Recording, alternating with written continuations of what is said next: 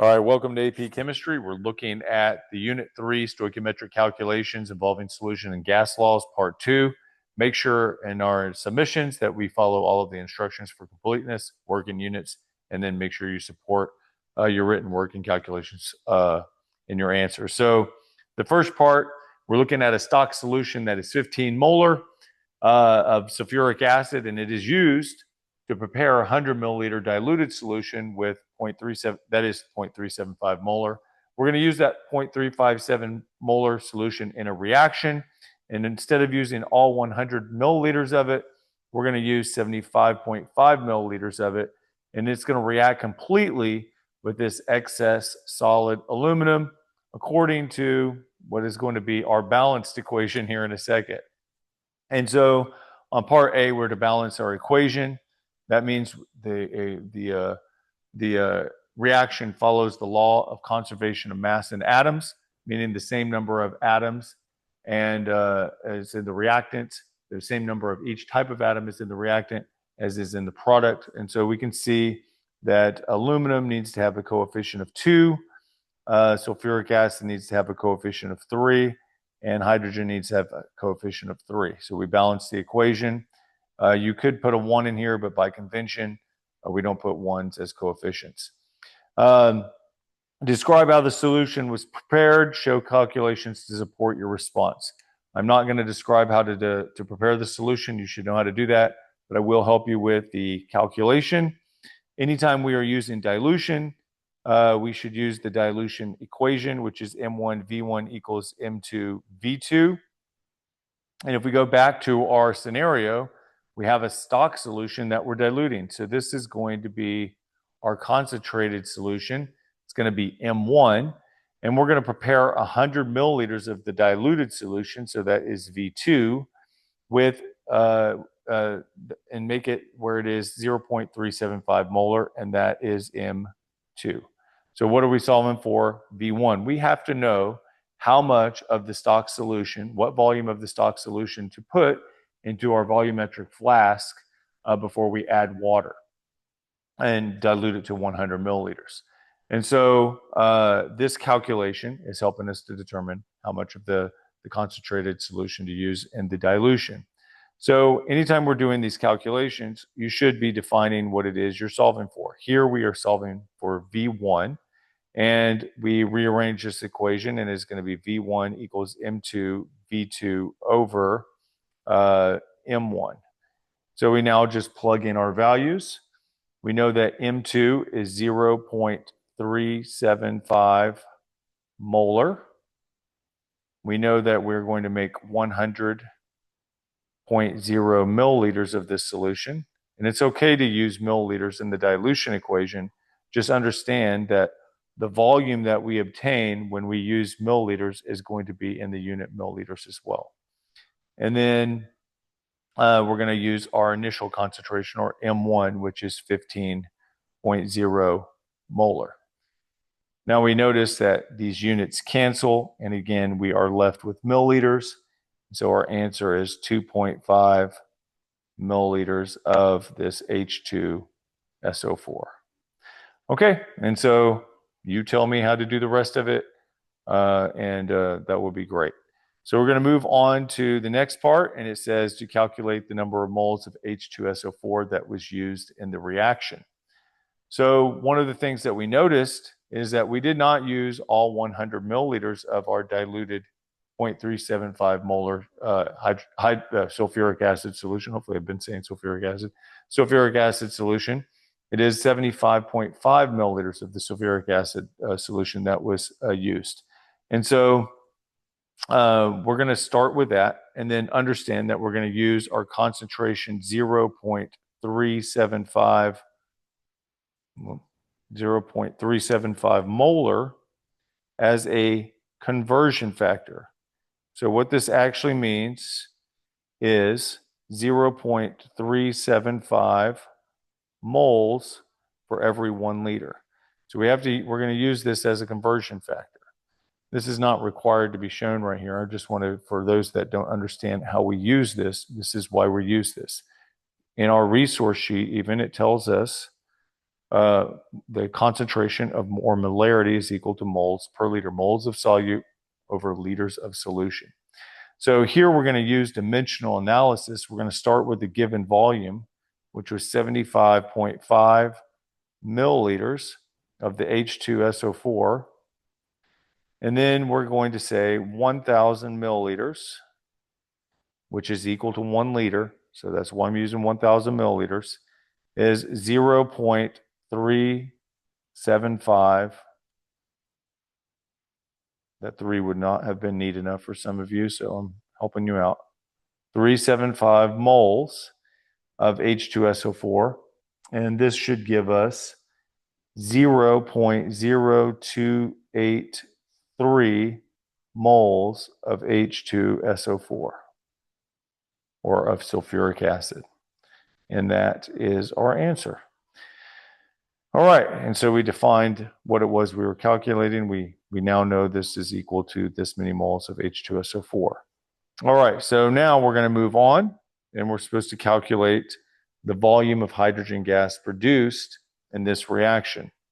We have a temperature, we have a pressure, and we have nothing else. We're supposed to calculate the volume. And so we know that when we're looking at this, we should be, get this out of the way real quick. All right, well, hopefully my pen works. There we go. PV equals nRT. So we're using our ideal gas law here. So we know we have the pressure. The pressure is equal to 1.0 atm.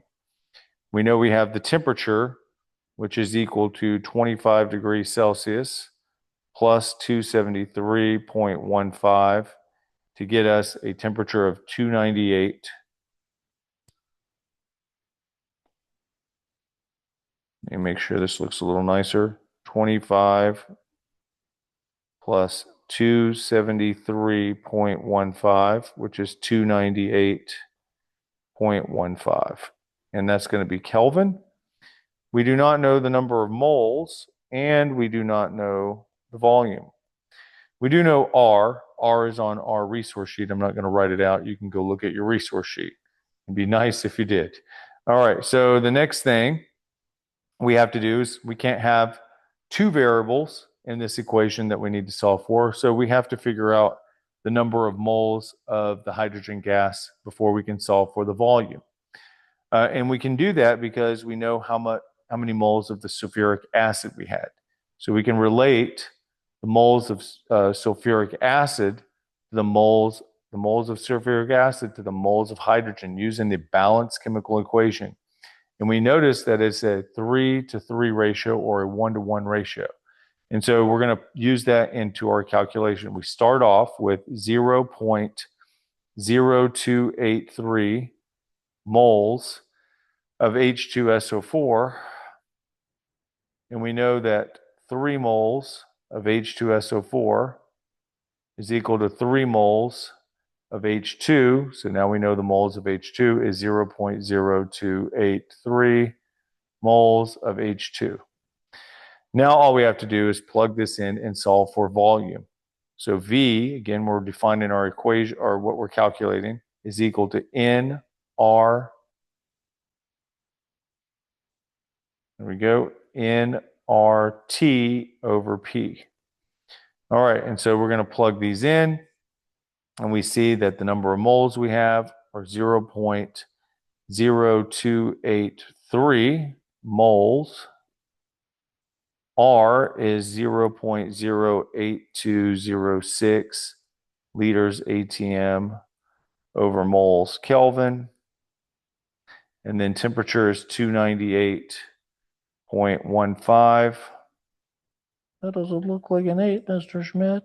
All right, 298.15 Kelvin. And then our pressure is 1 atm. All right. And so we see that we have that. All right. And so what we should get there for our volume, V is equal to, make sure we have this right, 0.692 liters. And we know it's liters because liters is given in the constant. And it was not specific about what unit I wanted you to put that in. So liters is good. If I said to place that into milliliters, then you would have to change and convert the liters to milliliters. But I did not ask. So no need in converting. All right. So we move on. We're going to go to question number 2. On question number 2, I did make a mistake. Hopefully you got my message, but it says a 5-gram sample. We have to make sure that we know the mass of that. And then I eliminated the question that I had for part B, and I told you all that as well. So this is the new part B. A 5-gram sample of pure magnesium metal is dropped into a beaker containing 150 milliliters of an unknown concentration of hydrochloric acid. The reaction takes place at 27 degrees Celsius and 0.980 atm, producing hydrogen gas, and then that hydrogen gas is collected. The balanced chemical equation for the reaction is this. So here we're given the balanced chemical equation. We don't have to balance it ourselves. So we're supposed to calculate the volume of hydrogen gas produced under these conditions. Again, we have the temperature, we have the pressure, but we don't have the number of moles or the volume of hydrogen gas, and we can't have two unknown variables. So we're going to be using PV equals nRT, but we're going to have to figure out V and N. In order to find the moles of hydrogen gas, we're going to have to do a stoichiometric calculation. And so we see that we have 5.0 grams of magnesium. And then we can use our molar mass of magnesium, 24.31 grams of magnesium is equal to 1 mole of magnesium. And then we can go from there and say that 1 mole of magnesium, there's the coefficient 1, is equal to 1 mole of hydrogen gas. And so all we have to do is plug that in, and we should get something like 0.205, and let's just go ahead and say 0.206 moles of H2. Well, that wasn't our question. Our question is the volume. So now we have the moles, we have the pressure, we have the temperature, we always have R. So we're going to solve for volume, which is equal to nRT over P. We know that we have 0.206 moles. R is 0.08206 liters atm over mole Kelvin. And then our temperature is going to be 300.15 K. And we're going to take 27 plus 273.15. And then our pressure is 0.980 atm. So V is equal to, we should get something like 5.17 liters. And I did to report your answer in liters in this time. So that's what we did. Then we go on to part B, and it says how many moles of hydrochloric acid were consumed in the reaction. So we need to figure out how many moles of hydrochloric acid were consumed in the reaction. We know the moles of hydrogen, but we do not know the moles of hydrochloric acid, but we can use our balanced chemical equation to go between hydrogen and moles of hydrogen and moles of HCl. So we know that we have 0.206 moles of H2, and that 1 mole of H2 is equal to 2 moles of HCl. And we find that right there in the balanced chemical equation. 1 mole is equal to 2 moles. All right, and so what we end up with is 0.4113 moles of HCl. And in my calculator, I kept this entire value, and that's why I'm getting maybe something slightly different, but it's still close enough to an answer. All right, and so that is a really good answer there. So we're going to move on. I think we answered how many moles of hydrochloric acid, and then in part C it says what is the minimum concentration of acid that was used to carry out the reaction. Well, we know we used 0.4113 moles of hydrochloric acid, and we also know that the solution of hydrochloric acid that we used was 150 milliliters. So the minimum number of moles that we could have used, and first of all, we're calculating concentration, which is moles per liter. So this is going to be the minimum number of moles that we had in that solution was 4.113 moles. And we know that because we needed that much for all of that hydrogen to be produced. We had to consume that many moles of HCl. And then we know that there was 150 milliliters. Let me make sure that's right, which is 0.150 liters, or you take 150 divided by 1,000. And so what that gets us is 2.74 molar HCl. And that, my friends, is questions 1 and 2. I'll make another video for question 3. But for now, thank you for watching. Please like and subscribe.